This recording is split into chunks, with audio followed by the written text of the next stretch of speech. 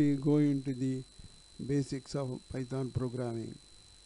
Let us introduce the number system which we normally use as well as the computers that would be using. The number system which we normally used is called as decimal number system.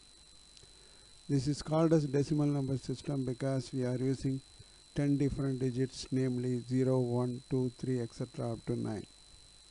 If the value is going to be more than 10, then it is represented using a 2-digit number like 10, 11, 12, 13, etc. where first one represents the unit digit and the next one is the 10th digit. If it is more than 100, it is represented as a 3-digit number as 101, 102, 103, etc.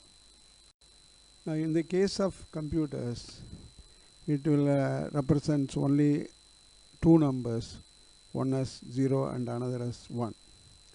That is, it is mostly an electronic circuits where we can have high voltage or low voltage, or current flowing in a circuit or not flowing in a circuit. If current flowing in a circuit is assumed as 1, the current not flowing can be assumed as 0. That means there will be only two states as far as the computers are concerned, and the numbers represented using zeros and 1 is called as a binary number system, and 0 and 1 are called as binary digits, and it is abbreviated as bits. So bit means nothing but a binary digit. If you try to write a machine language instruction based on this binary number system, let us assume there is a 4-bit computer which uses 4 bits to represent numbers as well as other operations. In that case, 0 is represented as 000, 1 is represented as 0001, 2 is represented as 0010. As we normally do in the decimal number system, if it is exceeding the more than the number of characters, then we increase the next digit. So this is what is done here. Similarly, we can write up to 9. Now, since there is a 4-bit system, we can have 16 different combination can be obtained.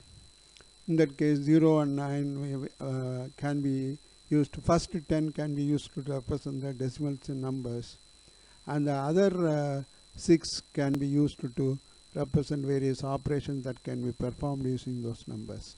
Namely, 1010 can be represented as plus, and 1011 is minus, 1101 is multiplication, 1101 is division, 1110 is equality sign, and 4 ones is represented as exponentiation or power.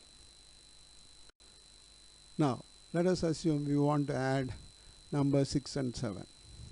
If you want to write it in machine language or in using binary numbers, the machine language statement would be like this: 1010, 0110, 0111. Now where 1010 indicates addition, that's what we are represented at there, and 0110 is a number 6, binary representation of number 6, and 0111 is binary representation of number 7. Now writing a machine language statement like this is going to be difficult because of two reasons. It is a machine dependent. That means here I have used 1010 as the number for addition. For in some other system it can be used for multiplication or for some other thing. So in that case, before we write a machine language instruction, we have to go through the various instructions that can be used, or various representations that can be used to represent a particular operation. It is very difficult to do that, and it is difficult to write, and also it is not portable. That means it has to be run only in that particular system that has to be designed. Now when we go in for programming languages, we use all the English characters which we are normally using as well as the numbers which we are using. For example, various programming languages like Python, Java, JavaScript, everything uses English characters. Now in English language, there is a list of 26 characters. They are A to Z in the capital form, and also we can write it in small letters A to Z. So 26 plus 26, 52 characters can be used. Now, when we combine a group of characters in an English language, then we call it as a word. If it is a group of words are combined, it is called as a statement. If group of statements are combined, it is called as a sentence. And a group of sentences are called as paragraph. And group of paragraph will become a lesson. And group of lessons will become a book. So, to form a meaningful word, statement, sentence, there are certain rules to be followed, which are called as grammars. Similarly, when we write a machine language program using any other language like Python, then we have to use certain rules that has to be followed. Before we go into the rules in that particular language, let us see what are the character set that can be used in Python. Here, various characters are used, so they are classified as follows. Alphabetic characters, which uses A to Z in capital form as well as small letters, so 52 characters can be used. Each is having a different meaning as far as computers are concerned. Next is we have numeric characters, like we normally use. There are 9 characters, 0, 1, 2, 3, etc. up to 9. This is what we are familiar with, so we are using those characters. Other than that, there are certain special characters which are called as arithmetic characters, relational characters, logical characters, and other characters.